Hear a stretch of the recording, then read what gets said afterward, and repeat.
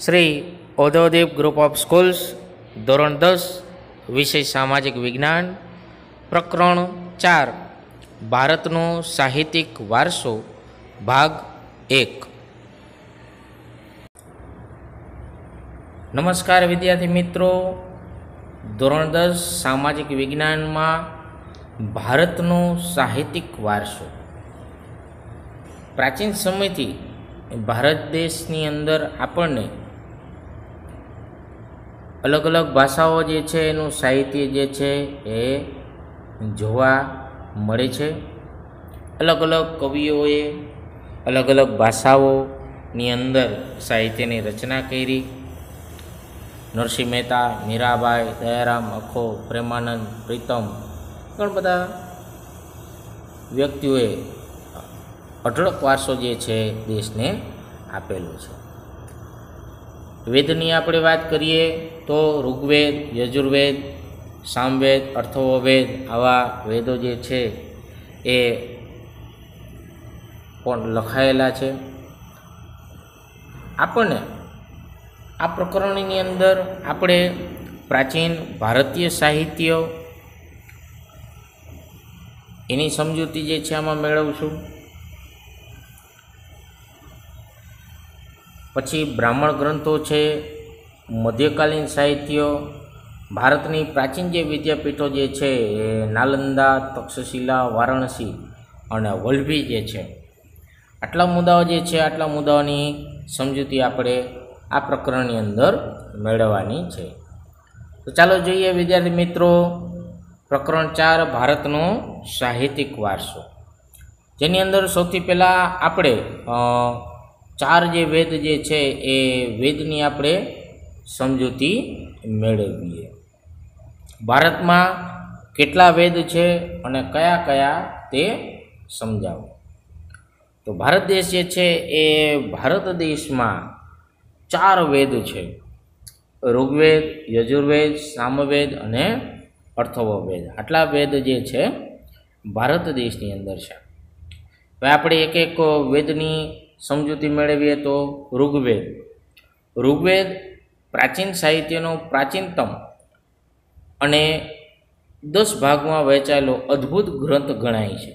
તેમાં કુલ 1028 ઋચાઓ, સૂક્તો એટલે કે જે શ્લોક જે છે તે માંથી મોટાભાગની ઋચાઓ જે છે એ દેવોને લગતી સ્તુતિઓ છે। આ સ્તુતિઓ યજ્ઞ પ્રસંગે કરવામાં આવે છે।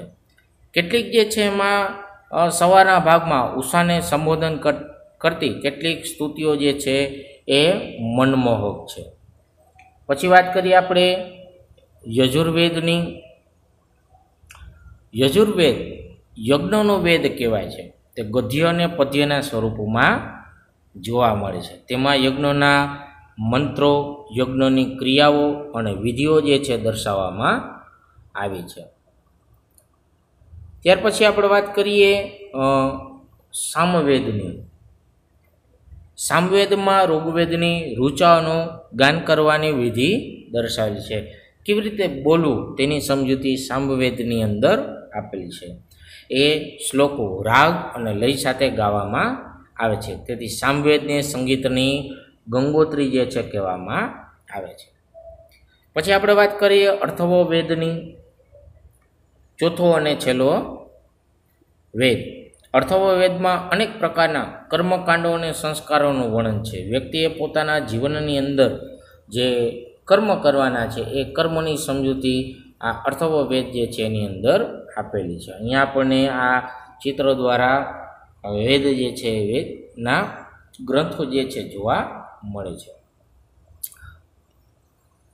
ત્યાર પછી આપણે બીજો પોઈન્ટ જોઈએ,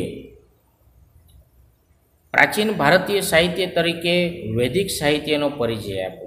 જે આ વેદ જે છે એ વેદ જે છે એની સમજૂતી આગળ આપણે મેળવતા જાય। વૈદિક સાહિત્યમાં ઋગ્વેદ, સામવેદ, અથર્વવેદ, યજુર્વેદ આ 4 વેદો ઉપરાંત બ્રાહ્મણ ગ્રંથો, આરણ્યકો, ઉપનિષદો અને વેદાંગ વગેરેનો સમાવેશ જે છે આની અંદર કરવામાં આવે છે। ઋગ્વેદ જે છે ભારતીય સાહિત્યનો પ્રાચીનતમ અને 10 ભાગમાં વહેંચાયેલો અદ્ભુત ગ્રંથ છે. તેમાં 1028 ઋચાઓ અને મોટાભાગની દેવોને લગતી સ્તુતિઓ છે. સામવેદ, ઋગ્વેદના છંદોનું જ્ઞાન કરવાની વિધિ દર્શાય છે અને સંગીતની ગંગોત્રી કહેવાય છે, જેની આપણે સમજૂતી મેળવી. યજુર્વેદ જે છે યજ્ઞ વખતે બોલવામાં આવતા મંત્રો, ક્રિયાઓ, વિધિઓ દર્શાવવામાં આવી છે. અથર્વવેદ જે છે એમાં અનેક પ્રકારના ક્રિયાકાંડ અને સંસ્કારોનું વર્ણન કરેલું છે. આપણે આગળ એમાં જોઈએ બ્રાહ્મણ ગ્રંથો. બ્રાહ્મણ ગ્રંથોમાં વૈદિક મંત્રોનો અર્થ આપ્યો છે. તેમાં વિવિધ યજ્ઞો અને તેને લગતી વિધિઓ જે છે એના માટેનું માર્ગદર્શન આપ્યું છે. આરણ્યક જોઈએ. આરણ્યક ગ્રંથો એ આર્યોએ જંગલમાં વસવાટ કરીને જે સતત ચિંતન કરીને રચેલું જે તત્વજ્ઞાનથી સભર એવું સાહિત્ય રચેલું છે, જેને આરણ્યકો કહેવાય છે. વ્યક્તિ પોતાના જીવનના અંતિમ વર્ષો જે છે એ જંગલમાં વસવાટ કરીને ગાળે છે. ત્યાં સતત ચિંતન કરી અને જે કાંઈ એમાંથી જે ગ્રંથ તૈયાર થયું બરાબર એને આરણ્યક ગ્રંથ કહેવામાં આવે છે. પછી ઉપનિષદ જોઈએ. ઉપનિષદો ભારતીય દાર્શનિક સાહિત્ય ગણાય છે. તેમાં બ્રહ્માંડનો આરંભ, જીવન, મૃત્યુ, ભૌતિક અને આધ્યાત્મિક જગત, જ્ઞાન, પ્રકૃતિ તેમજ અનેક દાર્શનિક પ્રશ્નોનું વિવેચન કરવામાં આવ્યું છે. વ્યક્તિનું જીવન, આરંભ, અંત, મૃત્યુ દરેકની માહિતી જે છે દરેકની માહિતી જે છે આમાં આપેલી છે.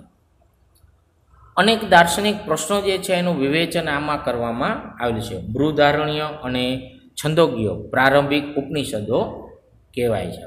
આ ઉપનિષદો જે છે એ સંવાદના સ્વરૂપે છે. એકબીજા વ્યક્તિ જે છે એ વાત કરતા હોય, ચર્ચા કરતા હોય તો આ ઉપનિષદો સંવાદના સ્વરૂપમાં જોવા મળે છે. સુંદર કાવ્યમાં ગહન વિચારો જે છે આમાં રજૂ થયેલા છે. ત્યાર પછી આપણે વેદાંગ જોઈએ.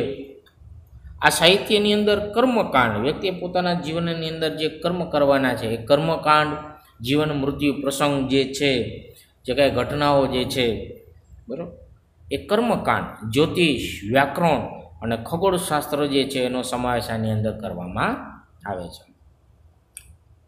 ત્રીજો પોઈન્ટ આપણે જોઈએ મહાકાવ્ય તરીકે રામાયણ અને મહાભારતની ચર્ચા કરવા. ત્રીજા પોઈન્ટની અંદર આપણે રામાયણ અને મહાભારત જે છે એના વિશેની સમજૂતી મેળવશું. આ જે છે પ્રશ્ન 100% પૂછાયો પ્રશ્ન છે રામાયણ અને મહાભારત. રામાયણ અને મહાભારત ભારતના બે મુખ્ય મહાકાવ્યો છે.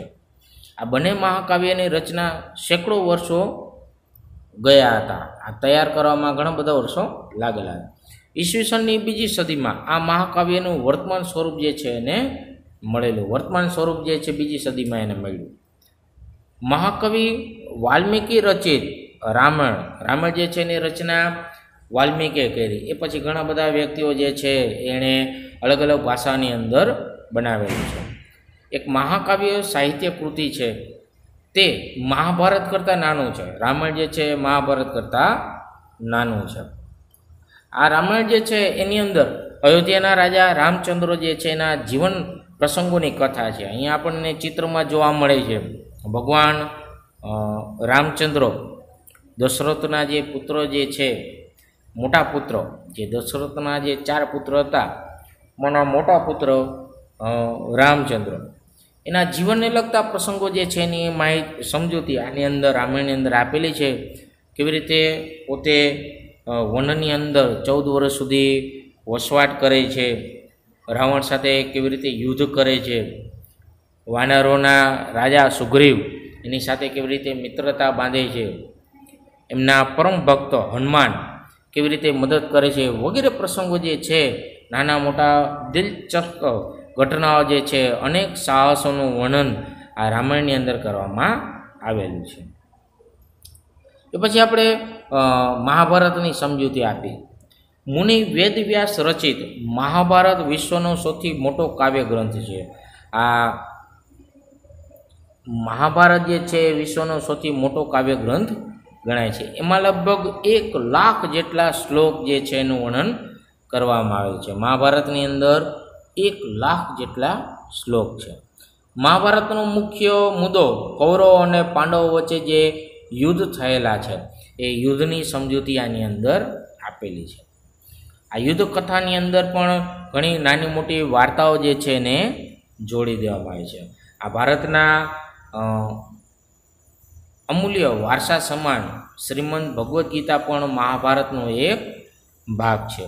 તેમાં જ્ઞાન, કર્મ અને ભક્તિ જે છે એ મોક્ષ પ્રાપ્તિના 3 માર્ગો જે છે એનું વિવેચન આમાં કરવામાં આવ્યું છે।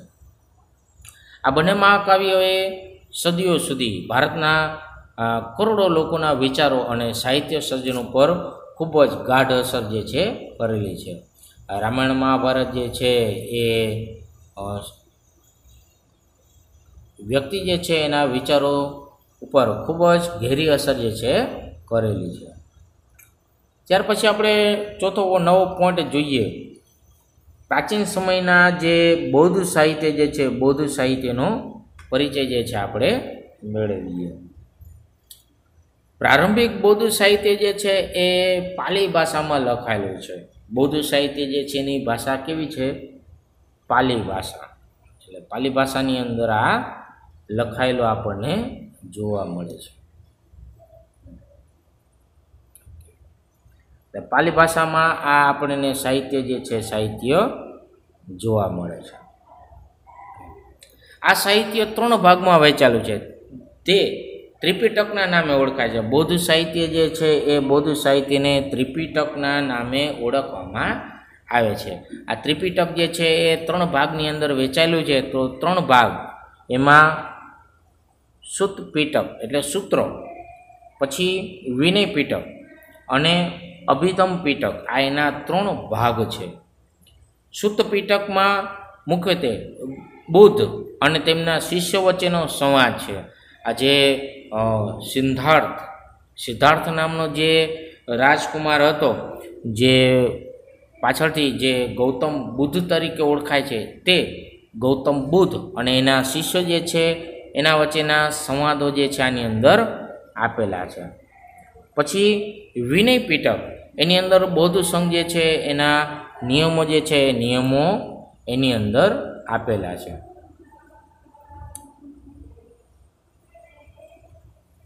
રાજા મેનેન્ડર અને બૌદ્ધ તત્વજ્ઞાની નાગસેન વચ્ચેના જે સંવાદોનો ગ્રંથ જે છે મિલિંદ પન્હો બૌદ્ધ સાહિત્યનો મહત્વનો ગ્રંથ કહેવાય છે।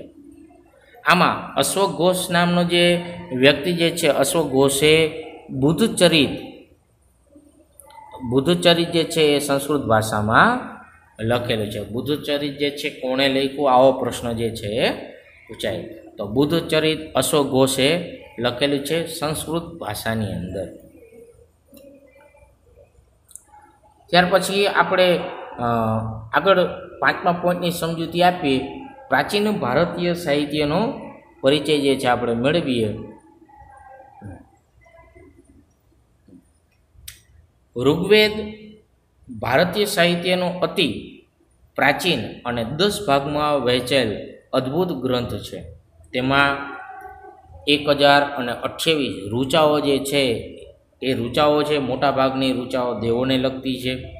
આ ઋગ્વેદ, પછી સામવેદ, યજુર્વેદ, અથર્વવેદ, આવા 3 વેદો જે છે એ 3 વેદો રચાયા। એ પછી બ્રાહ્મણ ગ્રંથો રચાયા, એ પછી ઉપનિષદો જે છે રચાયા। આ સમયે વેદાંગ સાહિત્ય જે છે વેદાંગ સાહિત્ય રચાય છે, જેમાં કર્મકાંડ, જ્યોતિષ, વ્યાકરણ, ખગોળ વગેરેનો સમાવેશ થયેલો છે। આની આપણે આગળ પણ સમજૂતી આપી। આ સમયની અંદર મહાન વ્યાકરણ શાસ્ત્રી જે છે, મહાન વ્યાકરણ શાસ્ત્રી પાણીની, એ પાણીની જે છે એણે સંસ્કૃત જે છે એ સંસ્કૃત ભાષામાં અષ્ટાધાયી નામનો જે પ્રખ્યાત ગ્રંથ જે છે પ્રખ્યાત ગ્રંથ લખ્યો। મહાન વ્યાકરણ શાસ્ત્રી પાણીનીએ સંસ્કૃત ભાષામાં અષ્ટાધાયી નામનો પ્રખ્યાત ગ્રંથ જે છે તૈયાર કર્યો। પ્રાચીન ભારતીય સાહિત્યમાં મહાકાવ્ય તરીકે રામાયણ અને મહાભારત એ 2 મુખ્ય હતા। એ પછી પ્રારંભિક બૌદ્ધ ધાર્મિક સાહિત્ય જે છે પાલી ભાષામાં લખાયું। એની અંદર આપણે વાત કરી કે એમાં 3 જે ભાગ પડ્યા જેને ત્રિપિટક કહેવામાં આવે છે, જેમાં શુદ્ધ પીટક, વિનય પીટક અને અભિધમ્મ પીટક જે છે એનો સમાવેશ થાય છે. બૌદ્ધ સાહિત્યમાં મિલિંદ પન્હો જે છે એ એક મહત્ત્વનો ગ્રંથ છે. અહીંયા તમને ગ્રંથ જે છે ગ્રંથના લખાણ જે છે અહીંયા જોવા મળે છે. ગુપ્ત યુગ જે છે, ગુપ્ત યુગ સંસ્કૃત સાહિત્યમાં નો ખૂબ જ સારામાં સારો યુગ કહેવાય છે. આમાં કાવ્ય અને નાટકોનો વિકાસ જે છે ભરપૂર પ્રમાણમાં થયેલો હોવાથી આ ગુપ્ત યુગ જે છે એને સુવર્ણ યુગ કહેવાય છે. ગુપ્ત યુગ જે છે એ ગુપ્ત યુગ કાવ્યો અને નાટકોના વિકાસનો સુવર્ણ યુગ કહેવાય છે. આ ગુપ્ત યુગની અંદર અઢળક કાવ્યો, નાટકોને એની જે છે રચના થયેલી હતી. અઢળક સ્થાપના જે છે શિલ્પ સ્થાપત્ય એનો પણ વિકાસ થયેલો હતો. એટલે ગુપ્ત યુગ જે છે એને સુવર્ણ યુગ કહેવામાં આવે છે. આ સમયમાં કવિવર કાલિદાસ, ભવભૂતિ, ભારવી, ભર્તૃહરિ, બાણભટ્ટ, માઘ વગેરે મહાન સાહિત્યકારો જે છે ગુપ્ત યુગની અંદર થઈ ગયા અને એને અલગ અલગ જે છે પોતે રચનાઓ કરેલી હતી. નાટકો જે છે એણે લખેલા હતા. એની પણ સમજૂતી આપણને આગળ આવશે. એ પછીના સમયમાં શંકરાચાર્ય એ ભાષ્યની રચના કરી. પ્રાચીન યુગ દરમિયાન તમિલ, તેલુગુ, કન્નડ, મલયાલમ એ 4 દ્રવિડ કુળની ભાષાઓમાં સાહિત્ય જે છે રચાયું, જેમાં તમિલ જે છે એ પ્રાચીન ભાષા છે. તમિલ જે છે પ્રાચીન ભાષા તરીકે જાણીતી છે. હવે આપણે જેમ સમજૂતી આપી એ પ્રમાણે આપણે અલગ અલગ જે કવિઓ ગુપ્ત યુગની અંદર થઈ ગયા તો એની આપણે અહીંયા સમજૂતી મેળવીએ. ગુપ્ત યુગના સંસ્કૃત સાહિત્યનો પરિચય આપો. ગુપ્ત યુગને સંસ્કૃત સાહિત્યનો સુવર્ણ યુગ કહેવામાં આવે છે, વર્ણન કરો. તો આ ગુપ્ત યુગ જે છે સંસ્કૃત સાહિત્યનો કાવ્ય અને નાટકોનો સુવર્ણ યુગ કહેવાય છે. આપણે સમજૂતી આપી એ પ્રમાણે આની અંદર ઘણા બધા કાવ્યો, નાટકો તૈયાર થયા. સાહિત્ય જે છે સાહિત્ય તૈયાર થયું, શિલ્પ સ્થાપત્ય તૈયાર થયું, બરાબર. એટલે એને સુવર્ણ યુગ કહેવાય છે. તો એને અહીંયા સમજૂતી મેળવે તો આ સમયની અંદર મહાકવિ કાલિદાસ જે છે, મહાકવિ કાલિદાસ, ભવભૂતિ, ભારવી, ભર્તૃહરિ, બાણભટ્ટ, માઘ વગેરે સાહિત્યકારો જે છે થઈ ગયા અને આ બધા સમય સમગ્ર ભારતની અંદર પ્રખ્યાત થઈ ગયા. એમાં સૌથી મહાન એવા કવિ ગણી શકીએ તો મહાકવિ કાલિદાસ. એમની કાવ્યકલા અને ઉત્કૃષ્ટ શૈલીના કારણે વિશ્વ પ્રસિદ્ધિ જે છે એમણે મળેલી છે. તેમણે રચેલ જે પોતાની કૃતિઓ જે છે એમાં અભિજ્ઞાન શાકુંતલમ, કુમાર સંભવ, રઘુવંશ, મેઘદૂત, ઋતુસંહાર જે છે એ મહાકવિ કાલિદાસ જે છે એની કૃતિ આપણે ગણી શકીએ. ત્યાર પછી અન્ય ઘણા બધા સાહિત્યકારો થઈ ગયા. એમાં બાણભટ્ટ રચિત મહાકવિ બાણે હર્ષચરિત, સમ્રાટ હર્ષ જે છે એના જીવન ચરિત્રને લગતું હર્ષચરિત અને કાદંબરીની રચના કરેલી હતી. ત્યાર પછી ભવભૂતિ જે છે એણે ઉત્તર રામચરિત એણે લખેલું હતું. ત્યાર પછી ભારવી જે છે કીર્તાર્જુનિયમ, પછી વિશાખા દત્ત રચિત મુદ્રા રાક્ષસ, પછી શુદ્રક રચિત મુચકટિકમ, પછી દંડીએ 10 કુમાર ચરિતમ વગેરેનો સમાસ જે છે આપણે ગણી શકીએ. તો આમ જોઈએ તો મહાકવિ કાલિદાસ છે, બાણભટ્ટ છે, પછી ભર્તૃહરિ છે, ભારવી છે, શુદ્રક છે, વિશાખાદત્ત છે, આવા અલગ અલગ જે ગુપ્ત યુગની અંદર સાહિત્યકારો થઈ ગયા જેણે સંસ્કૃત સાહિત્ય જે છે એને આગળ પડતું વધાર્યું પોતાની કૃતિઓ દ્વારા. આપણને ચિત્રની અંદર જોવા મળે છે. અહીંયા આપણને મેઘદૂત જે છે એનો ચિત્ર આપ્યું છે, કુમાર સંભવ છે, પછી અભિજ્ઞાન શાકુંતલમ જે છે જે મહાકવિ કાલિદાસ જે છે એના નાટકો છે, બરાબર. આ ઉપરાંત રાજકીય પ્રસંગો, પ્રણય પ્રસંગો, રૂપકો, કોઈ રૂપ વિશેની, કોઈ અન્ય વ્યક્તિઓ પ્રસંગો જે છે, કોઈ ઘટનાઓ, તત્વજ્ઞાન વગેરેના ગ્રંથો જે છે આપણને આમાં મુખ્ય વિષય તરીકે જોવા મળે છે. તો અહીંયા સુધીની વાત આ સંસ્કૃત સાહિત્યની થઈ. ત્યાર પછી આપણે ગુજરાતી જે છે એ ગુજરાતી ગદ્ય અને પદ્ય સાહિત્યની સમજૂતી મેળવીએ તો ગુજરાતીની અંદર કાવ્ય અને પદ્ય અને ગદ્ય સ્વરૂપે જે છે એના વિશેની સમજૂતી મેળવવી જોઈએ. પ્રાચીન યુગથી જૂની ગુજરાતી ભાષામાં પદ્ય સાહિત્ય જે છે રચાયું હતું. સમય જતાં ગુજરાતી ભાષાનો વિકાસ થતાં અનેક કૃતિઓ જે છે અનેક કૃતિઓ રચાઈ હતી. માં નરસિંહ મહેતા, અહીંયા બાજુમાં આપણને ચિત્ર આપેલું છે નરસિંહ મહેતાનું. નરસિંહ મહેતા જે છે એ નરસિંહ મહેતા એણે પોતાની ભક્તિ સાહિત્યથી ગુજરાતી ભાષામાં પદ્ય સાહિત્ય જે છે એનો પ્રારંભ કર્યો. ઘણા બધા જે છે એણે પદની રચના કરેલી છે. વૈષ્ણવજન તો તેને કહીએ, અખિલ બ્રહ્માંડમાં એક હતું શ્રી હરિ, બરાબર, મારી હુંડી સ્વીકારો મહારાજ રે, આવા ઘણા બધા સાહિત્ય જે છે એણે રચના કરી. ત્યાર પછી મીરાબાઈ જે છે, મીરાબાઈના પદ, મીરાબાઈ જે છે મીરાબાઈના પદ, અખાના છપ્પા, પ્રેમાનંદના આખ્યાન, પ્રીતમના પદ, દયારામની ગરબીઓ વગેરેથી મધ્યયુગ જે છે એનું પદ્ય સાહિત્ય જે છે સમૃદ્ધ બન્યું. અહીંયા મીરાબાઈ જે છે એનું ચિત્રો જોવા મળે છે. બરાબર, ઘણા બધા મીરાબાઈએ પણ પોતાના પદ જે છે એ લખેલા છે. પાયોજી મેને રામ રતન ધન પાયો. બરાબર, આગળ જોઈએ આપણે અર્વાચીન યુગમાં ઉમાશંકર જોશી,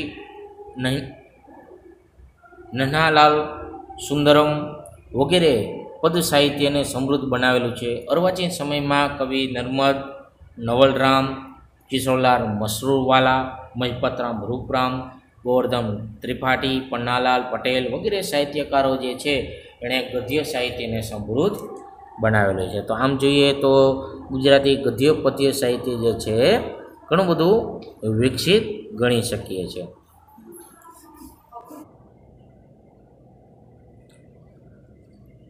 પ્રાચીન યુગના તમિલ સાહિત્યનો પરિચય આપો.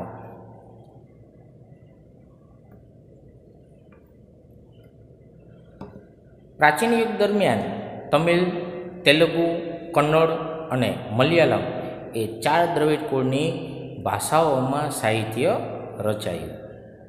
તેમાં તમિલ સૌથી જૂની ભાષા છે. જૂની ભાષા તરીકે તમિલ જે છે એ તમિલ ભાષા હોય છે. તમિલ સાહિત્ય ઈસવીસનના પ્રારંભના સમયમાં રચાયું છે. આ સમયમાં ભારતની પ્રચલિત પરંપરા મુજબ 3 સંગમો જે છે એની રચના થઈ. એ સંગમોના આશરે અનેક સંતો અને કવિઓને પોતાની કૃતિઓ રચી, જે સંગમ સાહિત્ય જે છે સંગમ સાહિત્ય તરીકે ઓળખાય છે. રાજનીતિ, યુદ્ધ, પ્રેમ પ્રસંગ વગેરે સંગમ સાહિત્યના મુખ્ય વિષયો હતા. એથુતો કઈ, જેમાં 8 કાવ્યનું સંકલન છે, તોલ્કાપ્પિયમ વ્યાકરણ ગ્રંથ છે, પથુપાતુ 10 ગીતો એ સંગમ સાહિત્યના પ્રખ્યાત ગ્રંથો જે છે આપણને આ પૂછી શકાતું હોય છે. કવિ તિરુવલ્લુવરે કુરલ જે છે એ કુરલ નામના કાવ્ય ગ્રંથની રચના કરી. એમાં જીવનના અનેક પાસાઓ જે છે, જીવનના અનેક પાસાઓનું વિવેચન એની અંદર કરવામાં આવ્યું છે. જીવનની અલગ અલગ બાબતો જે છે એની સમાવેશ જે છે આની અંદર કરેલું છે. શિલ્પિતકારમ અને મણિમેખલાઈ પ્રારંભિક જે છે પ્રારંભિક તમિલ સાહિત્યના પ્રખ્યાત ગ્રંથો છે.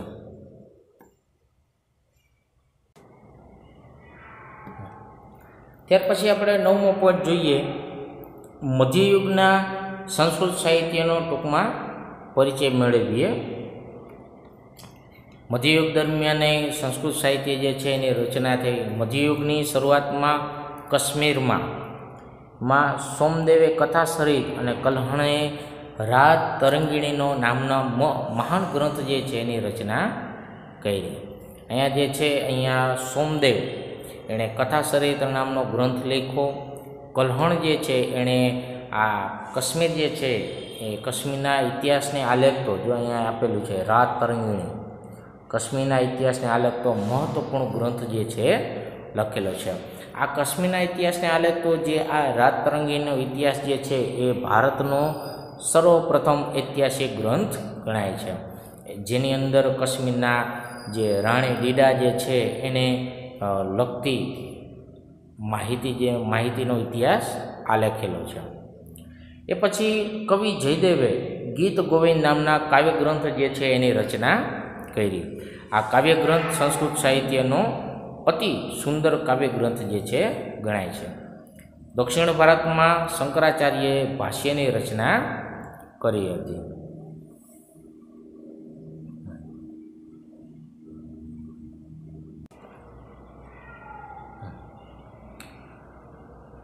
દસમો પોઈન્ટ જોઈએ પછી મધ્યકાલીન યુગના તમિલ સાહિત્યનો પરિચય મેળવીએ.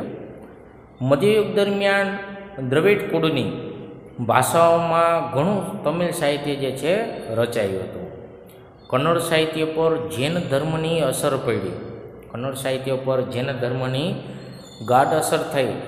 જૈન ધર્મની અસર હેઠળ કવિ પંપાએ જૈન તીર્થંકરોના જીવન આધારિત આદિપુરાણ જે છે ગ્રંથ રચ્યો. કવિ પોનાએ 16મા જૈન તીર્થંકરનું શાંતિનાથ જીવન પર શાંતિપુરાણ જે છે નામનો ગ્રંથ તૈયાર કર્યો. કવિ રનાએ અજીતનાથ પુરાણ અને ગદાયુદ્ધ નામના ગ્રંથ લખ્યા. એટલે અહીંયા કન્નડ સાહિત્ય પર જૈન ધર્મની અસર થઈ એટલે કવિ પંપાએ એણે આદિપુરાણ, કવિ પોનાએ શાંતિપુરાણ અને કવિ રણા જે છે એને અજીતનાથ પુરાણ અને ગદાયુદ્ધ નામના ગ્રંથો જે છે તૈયાર કર્યા. એમ આ ત્રણ કવિઓ જે છે એ ત્રણ કવિઓ પંપા, પોના અને રણા એ પ્રારંભિક કન્નડ સાહિત્યની ત્રિમૂર્તિ ગણાય છે. તો આ ત્રણેય કવિઓ જે છે એણે આ જૈન ધર્મનો જે છે ગ્રંથ લખેલા છે. કવિ કંબલે તમિલ ભાષામાં રામાયણમની રચના કરી. જો રામાયણમ તમિલ ભાષામાં રામાયણમ જે છે એની રચના કરી. મધ્યયુગમાં મલયાલમ ભાષામાં સાહિત્ય જે છે રચવાની અહીંયા શરૂઆત થઈ ગઈ. અહીંયા આપણને એની ચિત્ર જોવા મળે છે.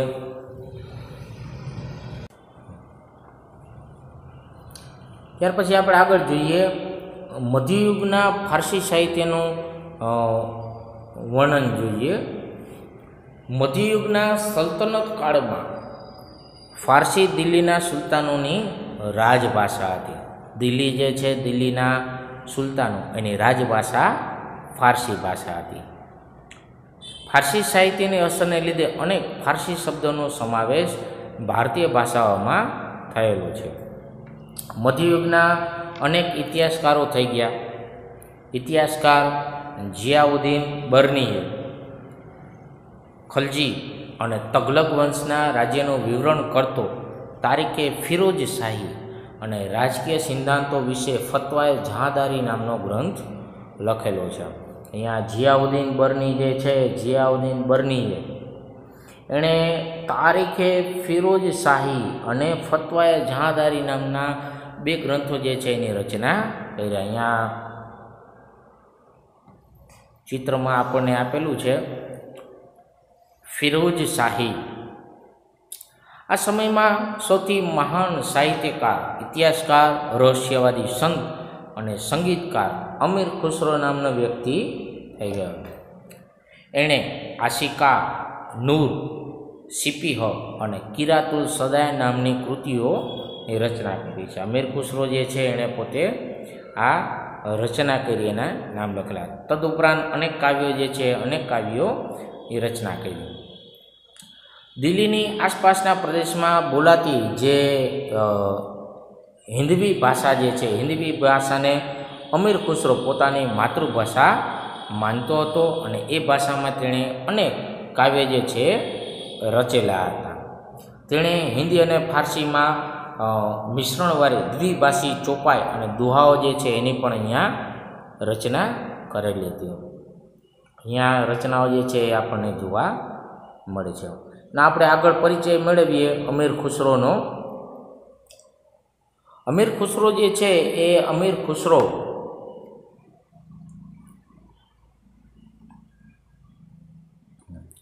અમીર ખુસરો દિલ્હીના સલ્તનત કાળનો સૌથી મહાન સાહિત્યકાર ગણાય છે. તે એક કવિ, ઇતિહાસકાર, સંગીતકાર અને રહસ્યવાદી સંત હતો. અમીર ખુસરો સુપ્રસિદ્ધ હઝરત નિઝામુદ્દીન ઓલિયાનો શિષ્ય હતો. એના ગુરુનું નામ છે.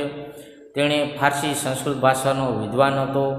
આશિકા, નૂર, સિપિહર અને કિરાતુલ એની જાણીતી કૃતિ છે. આ ઉપરાંત અનેક કાવ્ય રચનાઓ જે છે એણે કરી છે. અમીર ખુસરો પોતાનું ભારતીય હોવાનો ગર્વ હતો. તેથી તે ભારત દેશ જે છે ભારતને પૃથ્વીનું સ્વર્ગ માનતો હતો.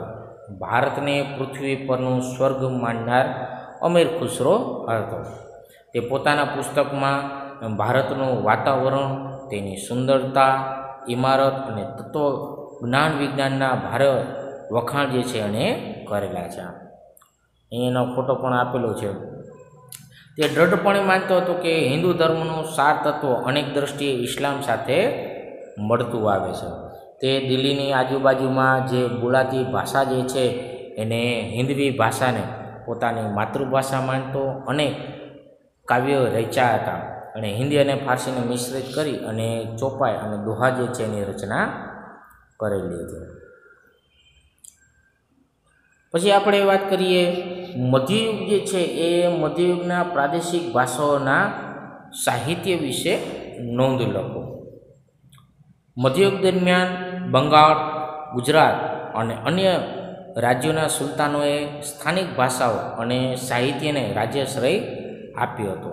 કબીર જેવા ભક્તિ માર્ગના અનેક સંત કવિઓએ લોકભાષામાં ઉપદેશ આપ્યો. શંભુ કડીમાં લખાયેલ કબીરના દોહા જે છે લોક સાહિત્યનો અંગ બની ગયા. કબીર સાહેબ જે છે, કબીર સાહેબની રચનાઓ જે છે એને શંભુ કડી કહેવાય છે. આ સમયમાં ભોજપુરી અને અવધી હિન્દી ભાષાની મુખ્ય બે બોલીઓ હતી. ભોજપુરી અને અવધી એ હિન્દી ભાષાની મુખ્ય બોલીઓ ગણાતી હતી. અવધી ભાષામાં મલિક મોહમ્મદ જાયસી જે છે એને પ્રજ્ઞાવત નામનું મહાકાવ્ય લખ્યું. સંત તુલસીદાસે રામચરિત માનસ નામનો પ્રસિદ્ધ ગ્રંથ લખ્યો. બંગાળના સુલતાનોના પ્રોત્સાહન મળવાથી બંગાળીમાં કૃતિવાસે, જો બંગાળી ભાષામાં ઓલા આપણે વાત કરી અલગ ભાષા હતી, આ બંગાળી ભાષામાં કૃતિવાસે રામાયણની રચના કરી. કવિ ચંડીદાસે સેંકડો ગીતો રચ્યા. બંગાળમાં સંત ચૈતન્ય મહાપ્રભુથી ભક્તિ ગીતો લખવાની પરંપરા શરૂ થઈ. ભક્તિ ગીતો લખવાની પરંપરા જે છે કોના સમયથી શરૂ થઈ? તો સંત ચૈતન્ય મહાપ્રભુથી. નરસિંહ મહેતા જે છે એ નરસિંહ મહેતાએ ગુજરાતી ભાષામાં, નામદેવ અને સંત એકનાથે મરાઠી ભાષામાં ભક્તિ ગીતો જે છે રચેલા છે. કાશ્મીરમાં જૈનુલ અબીદીના આશ્રય મહાભારત, રાજતરંગી જેવા સંસ્કૃત ગ્રંથો જે છે એનો ફારસીમાં અનુવાદ થયેલો જોવા મળે છે. મુગલ યુગની અંદર જે મુગલકાલીન સાહિત્ય જે છે રચાયું એ સાહિત્યની આપણે સમજૂતી મેળવીએ તો મુગલ બાદશાહ બાબર જે છે તુર્કી ભાષામાં તુઝુકે બાબરી એટલે બાબર જે છે એણે તુર્કી ભાષામાં તુઝુકે બાબરી જે છે એની રચના કરે છે, જેનું પાછળથી ફારસી ભાષામાં રૂપાંતર થયું બાબર નામ. બાદશાહ જહાંગીર જે છે એણે તુઝુકે જહાંગીરી નામની પોતાની આત્મકથા લખી. બાબરે પોતાની આત્મકથા લખી તુઝુકે બાબરી, જહાંગીરે પોતાની આત્મકથા લખી તુઝુકે જહાંગીરી. પછી હુમાયુ જે છે, હુમાયુની બહેન ગુલબદન બેગમે હુમાયુની આત્મકથા લખેલી છે. એનું નામ હુમાયુનામા. હુમાયુની બહેન ગુલબદન બેગમે હુમાયુની આત્મકથા લખી હુમાયુનામા. બાદશાહ ઔરંગઝેબ જે છે એ પણ સિદ્ધ હસ્ત લેખક હતો. છેલ્લો મુગલ બાદશાહ બહાદુર શાહ જફર એ પણ પ્રખ્યાત ઉર્દુ કવિ હતો. આ સમયની અંદર મુગલ યુગના શાસકોની અંદર જે બાદશાહ અકબર જે છે એ બાદશાહ અકબરના સમયમાં તુલસીદાસ, સુરદાસ, કેશવદાસ, રહીમ વગેરે હિન્દી ભાષાના મહાન સાહિત્યકારો જે છે થઈ ગયા. દેશના ઘણા બધા ભાગોમાં રહીમના દોરા આજે પણ પ્રસિદ્ધ છે. બાદશાહ અકબરે પોતાના દરબારની અંદર મહાભારત, રામાયણ, અથર્વવેદ, ભગવદ્ ગીતા, પંચતંત્ર વગેરે ગ્રંથો જે છે એનો અનુવાદ કરવા માટે એક સ્વતંત્ર ખાતા જે છે એની રચના કરી કે જે લોકો જે છે એ અલગ અલગ આ જે ગ્રંથો જે છે એનો અનુવાદ કરતા હતા. સંસ્કૃત હોય, ઉર્દૂ હોય, હિન્દી હોય, ફારસી હોય, અલગ અલગ જે છે જે ગ્રંથ જે ભાષાની અંદર લખાયેલા હોય તો અન્ય અનુવાદ કરતા હતા. અન્ય ભાષાની અંદર એ અનુવાદ માટે ખાતાની રચના કરેલ હતી. આ અકબરના સમયની અંદર જ એના સમયની દરબારની અંદર અબુલ ફજલ નામનો વ્યક્તિ હતો. આ અબુલ ફજલ જે છે એણે ફારસી ભાષામાં આઈને અકબરી જે છે એ લખેલું છે. અકબરને લગતો ગ્રંથ આઈને અકબરી જે છે ઐતિહાસિક ગ્રંથ એણે લખેલો છે. એણે અકબરનામા જે છે અકબરની આત્મકથા અકબરનામા પણ લખેલી છે. અબુલ ફજલ જે છે અબુલ ફજલનો ભાઈ ફેજી એ પણ ફારસી ભાષાનો મહાન કવિ હતો. એણે અનેક સંસ્કૃત ગ્રંથો જે છે એનો ફારસીમાં અનુવાદ કરેલો હતો. અહીંયા આપણને અહીંયા જોવા મળે છે હુમાયુનામા છે, બધા જે ફારસીમાં જે ગ્રંથ લખેલા જે છે એ ગ્રંથ આપણને અહીંયા જોવા મળે છે.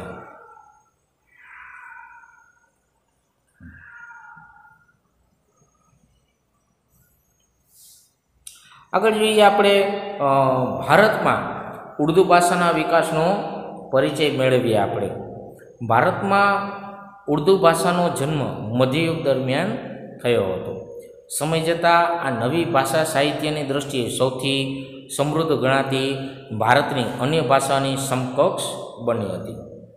ઉર્દૂ ભાષાની અંદર વલી, મિરદર, મિરકી મીર, નઝીર, અકબરાબાદી, અસદુલ્લા ખાન, ગાલિબ આવા ઘણા બધા મહાન કવિઓ જે છે થઈ ગયા હતા. 18મી સદીમાં ઉર્દૂ ગદ્યો જે છે એનો વિકાસ થયો અને ઐતિહાસિક ગ્રંથો જે છે એ ઉર્દૂ ભાષાની અંદર ભાષાંતર થવા લાગે છે. આ ઉર્દૂમાં અનેક મૌલિક ગદ્ય ગ્રંથો જે છે એ પણ તૈયાર થયા, જેમાં મોહમ્મદ હુસૈન આઝાદ રચિત દરબારે અકબરી નામનો જે મહાન ગ્રંથ જે છે એ મહત્ત્વનો આપણે ગણી શકીએ છીએ. આ સમયની અંદર ભારતીય ભાષાઓમાં જે નવલકથાનો વિકાસની સાથે ઉર્દૂ નવલકથાનો પણ સારો એવો વિકાસ થયો હતો.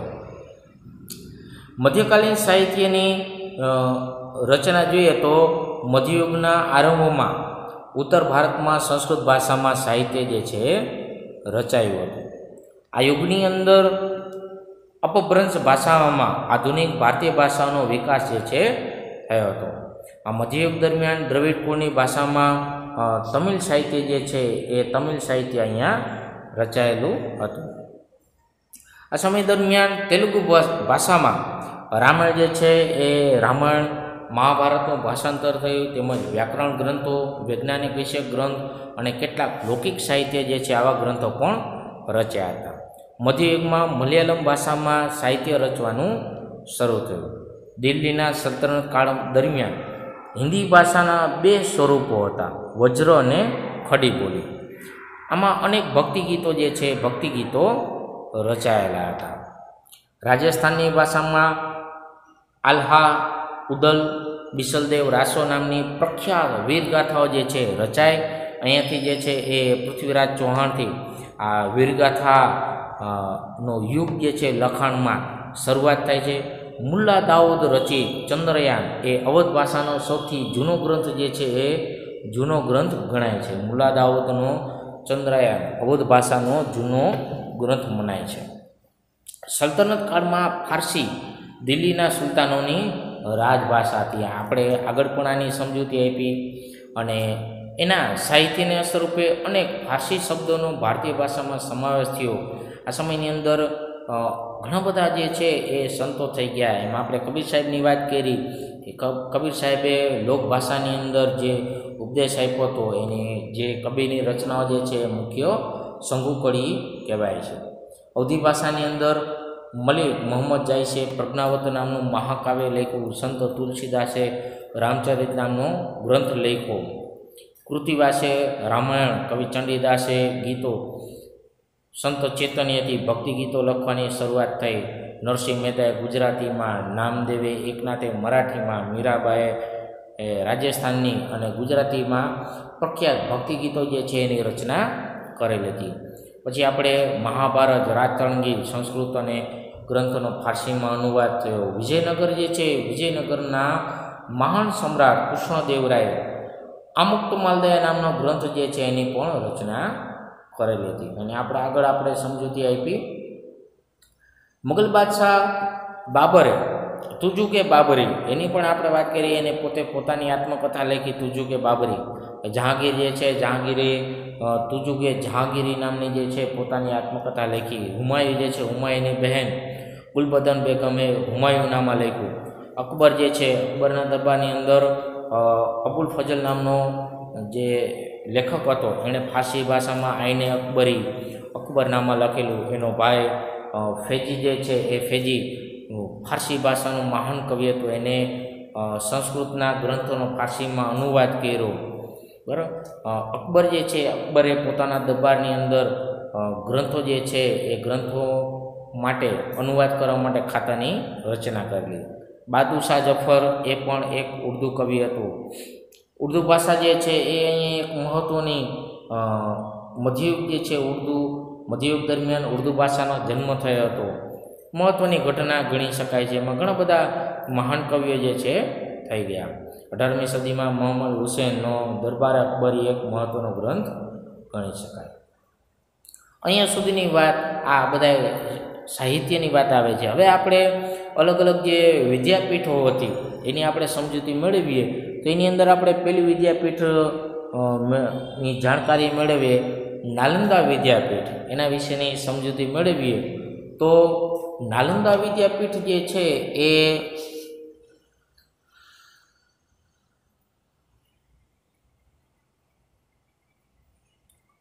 બિહાર રાજ્યના પટના જિલ્લાના બડગાંવ પાસે આવેલી હતી. તે બૌદ્ધ ધર્મનું કેન્દ્ર હતું. 5મી સદીમાં કુમારગુપ્ત રાજા અહીં એક વિહાર બંધાવ્યો હતો. મહાવીર સ્વામીએ અહીં 14 ચતુર્માસ કર્યા હતા. તેથી આ જૈન તીર્થ જે છે જૈન તીર્થ બન્યું હતું.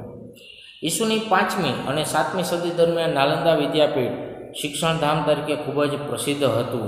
દેશ પરદેશથી અનેક વિદ્યાર્થીઓ જે છે અહીંયા અભ્યાસ અને સંશોધન માટે આવતા હતા. આ વિદ્યાપીઠની અંદર હજારો હસ્તલિખિત ગ્રંથો જે છે એનો ભંડાર હતો. આ જે ભંડાર જે છે આ ગ્રંથનો વિસ્તાર જેને ધર્મગંજના નામથી ઓળખવામાં આવતો હતો. 7મી સદી જે છે, 7મી સદીમાં ચીની પ્રવાસી યુએન સ્વાંગ જે છે આ વિદ્યાપીઠમાં રહી અને બૌદ્ધ ધર્મશાસ્ત્રોનો અભ્યાસ કર્યો હતો. અને ચીન પાછો ગયો ત્યારે 657 જેટલા હસ્તલિખિત ગ્રંથો જે છે પોતાની સાથે લઈ ગયો હતો. આ નાલંદા વિદ્યાપીઠ જે છે એમાં 7 મોટા ખંડો હતા, જેમાં આશરે 300 વ્યાખ્યાન માટેના ખંડ હતા. વિદ્યાર્થીઓને રહેવા માટેના મઠ જે છે એ પણ હતા.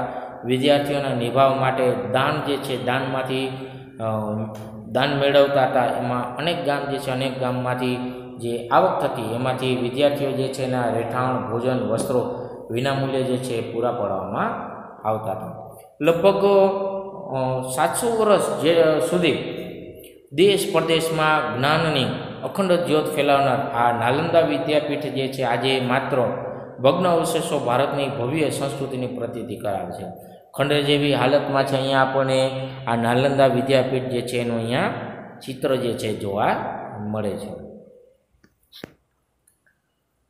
ત્યાર પછી આપણે બીજી વિદ્યાપીઠની સમજૂતી આપીએ, તક્ષશિલા. તક્ષશિલા વિદ્યાપીઠ જે છે એ હાલના પાકિસ્તાનમાં આવેલ રાવલપિંડીની પશ્ચિમે આવેલી છે. તક્ષશિલા પ્રાચીન ગાંધાર પ્રદેશની રાજધાનીનું એક શહેર હતું.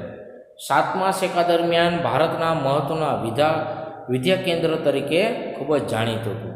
એક દંતકથા એટલે મૌખિક વાત કરીએ તો રઘુવંશી ભગવાન રામ જે છે એના ભાઈ ભરત જે છે એનો પુત્ર, એના પુત્રનું નામ હતું તક્ષ. આ તક્ષના નામ ઉપરથી આ સ્થળ જે છે એનું નામ તક્ષશિલા પડ્યું હોય એવું માનવામાં આવે છે.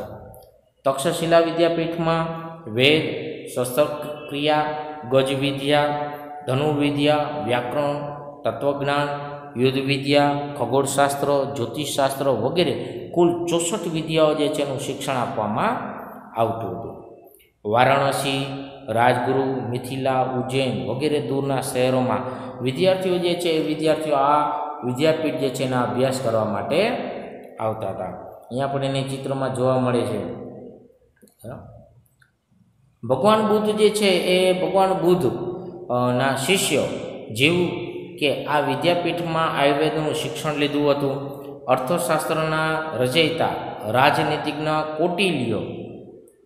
કૌટિલ્ય, મૌર્યવંશના સ્થાપક ચંદ્રગુપ્ત મૌર્ય, કૌશલના રાજા પ્રસન્નજીત અને વ્યાકરણશાસ્ત્રી પાણીની જે છે એણે આ વિદ્યાપીઠ જે છે આ તક્ષશિલા વિદ્યાપીઠ એમાંથી શિક્ષણ લીધેલું હતું. અહીંયા આપણને ચિત્ર દ્વારા જોવા મળે છે. તક્ષશિલા વિદ્યાપીઠમાં વિદ્યાર્થીઓને પસંદગી અને રસના વિષયનું શિક્ષણ આપવામાં આવતું. જેને જે વિદ્યાર્થીને પોતાનો પસંદગીનો વિષય હોય એનું શિક્ષણ એમાં મળતું હતું.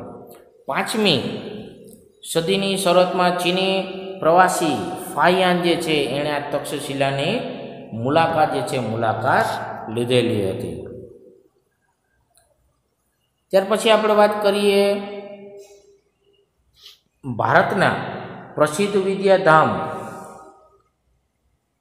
વારાણસી એટલે કે કાશી એનો પરિચય અહીંયા મેળવીએ. પ્રખ્યાત યાત્રાધામ વારાણસી કાશી ઈસવીસન પૂર્વે 7મા શેકામાં ભારતનું પ્રસિદ્ધ વિદ્યાધામ ગણાતું હતું. ઉપનિષદ કાળમાં તે આર્ય સંસ્કૃતિ અને હિન્દુ ધર્મના કેન્દ્ર તરીકે આ ખૂબ જ વિકાસ પામેલો હતો. આ સમયમાં અહીંના રાજા અજાતશત્રુ તત્વજ્ઞાની અને વિદ્યાપ્રેમી હતા. મહર્ષિ વેદવ્યાસનો આશ્રમ જે છે વારાણસી હોવાનો ઉલ્લેખ જે છે એ વ્યાસ સંહિતામાં જોવા મળે છે. મહર્ષિ વેદવ્યાસ જે છે એનો આશ્રમ પણ અહીં હતો એવું આપણને આ વ્યાસ સંહિતામાંથી જોવા મળે છે. ભગવાન બુદ્ધે આ વારાણસી જે છે એ વારાણસીમાં બૌદ્ધ ધર્મ જે છે એ બૌદ્ધ ધર્મનો પ્રચાર અને પ્રસાર જે છે એ કર્યો હતો. મહાન તત્વજ્ઞાની આદિ શંકરાચાર્ય તેમના વેદાંતના નૂતન સિદ્ધાંતની સ્વીકૃતિ માટે અહીં આવ્યા હતા. ચૈતન્ય મહાપ્રભુ તેમજ પુષ્ટિ માર્ગના વલ્ભાચાર્ય વૈષ્ણવ સંપ્રદાય વારાણસીમાં પ્રતિષ્ઠિત બન્યો હતો. સમ્રાટ અશોક જે છે સમ્રાટ અશોકના આશ્રયથી વારાણસીનો સારનાથ મઠ જે છે એ વિદ્યાધામ અહીંયા બનેલો હતો. અહીંયા આપણને જોવા મળે છે વારાણસી. ત્યાર પછી આપણે છેલ્લો પોઈન્ટ જોઈએ આપણે વલ્લભી વિદ્યાપીઠ જે છે એની સમજૂતી મેળવીએ. વલ્લભી એ 7મી સદીમાં ગુજરાતનું પ્રસિદ્ધ શિક્ષણનું કેન્દ્ર હતું. ભાવનગર પાસેનું વલ્લભીપુર એ સમયે મૈત્રક વંશના તત્કાલીન શાસકોની રાજધાનીનું નગર તેમજ ધીકતું આંતરરાષ્ટ્રીય બંદર કહેવાતું. વલ્લભી જે છે એ વલ્લભીપુરને પ્રસિદ્ધ વિદ્યાધામ બનાવવામાં મૈત્રક રાજાઓ અને શ્રીમંત નાગરિકો શ્રેષ્ઠીઓનો ફાળો ખૂબ જ મોટો હતો. વલ્લભીના મૈત્રક રાજાઓ વિદ્યાપીઠના મોટા આશ્રયદાતાઓ હતા. સારામાં સારો જે ફાળો જે છે એનો કહી શકાય. તે બૌદ્ધ ધર્મી ન હતા, સનાતની હતા, છતાં વિદ્યાપીઠને દાન કરતા હતા. એટલે આ દાનમાંથી આ વિદ્યાલય જે છે એનો નિભાવ થતો હતો. વલ્લભી જે છે એ વલ્લભી વિદ્યાપીઠમાં હજારો બૌદ્ધ સાધુઓ અને બ્રાહ્મણો વિદ્યાર્થીઓ તેમજ દેશ વિદેશમાંથી અનેક વિદ્યાર્થીઓ જે છે અભ્યાસ માટે અહીંયા વલ્લભી વિદ્યાપીઠ જે છે એની અંદર આવતા હતા. આ સમય જે છે આ સમયગાળા દરમિયાન આ વલ્લભી જે છે એ વલ્લભી બૌદ્ધ ધર્મના હિનયન પંથનું જે છે અગત્યનું કેન્દ્ર ગણવામાં આવતું હતું. બૌદ્ધ ધર્મના ઉપરાંત બીજા ધર્મોનું પણ શિક્ષણ જે છે અહીંયાથી મળતું હતું. 7મી સદીમાં 7મા શેકામાં મધ્યમાં બૌદ્ધ વિદ્વાન સ્થિરમતી અને ગુણમતી જે છે એ વિદ્યાપીઠના પ્રસિદ્ધ આચાર્ય જે છે ગણાતા હતા. અહીંના પ્રખ્યાત વિદ્યાધામોના નામ વિદ્યાપીઠના દરવાજા ઉપર લખવામાં આવતા હતા. આ વિદ્યાપીઠમાં અભ્યાસ પૂરો કરનાર વિદ્વાનોની રાજ્યના ઊંચા હોદ્દા ઉપર નિમણૂક થતી. જે વિદ્વાન બને અભ્યાસ પૂરો કરીને જે પારંગત થાય તો રાજ દરબારની અંદર ઊંચો હોદ્દો જે છે એને મળતો હતો. ચીની પ્રવાસી ઈત્સંગે લખ્યું હતું કે વલ્લભી વિદ્યાપીઠ જે છે એ પૂર્વ ભારતની પ્રસિદ્ધ શિક્ષણ સંસ્થા નાલંદા સાથે હરીફાઈ સ્પર્ધા કરતું હતું તે નાલંદા જેટલી જ ખ્યાતિ ધરાવતું હતું. હવે ચીની પ્રવાસી જે છે ઈત્સંગ એણે આવું નોંધ્યું કે વલ્લભી જે છે એ નાલંદા સાથે હરીફાઈ કરતો હતો. અહીંયા આરબો જે છે આરબોના આક્રમણના કારણે મૈત્રક વંશનો અહીંયા અંત થયો અને એ પછી આજે વલ્લભી વિદ્યાપીઠ જે છે એ અહીંયા આપણે ચિત્રમાં જોઈ શકાય છે કે આ વલ્લભી વિદ્યાપીઠની કીર્તિ જે છે ઝાંખી પડી ગઈ અને થોડા સમયમાં પછી આ વિદ્યાપીઠ જે છે વિદ્યાપીઠનો અહીંયા અંત આવે છે. તો અહીંયા સુધી આપણને આ ભારતનો સાહિત્યિક વારસો જે છે પ્રકરણ 4 જે છે અહીંયા પૂર્ણ થાય છે. આભાર.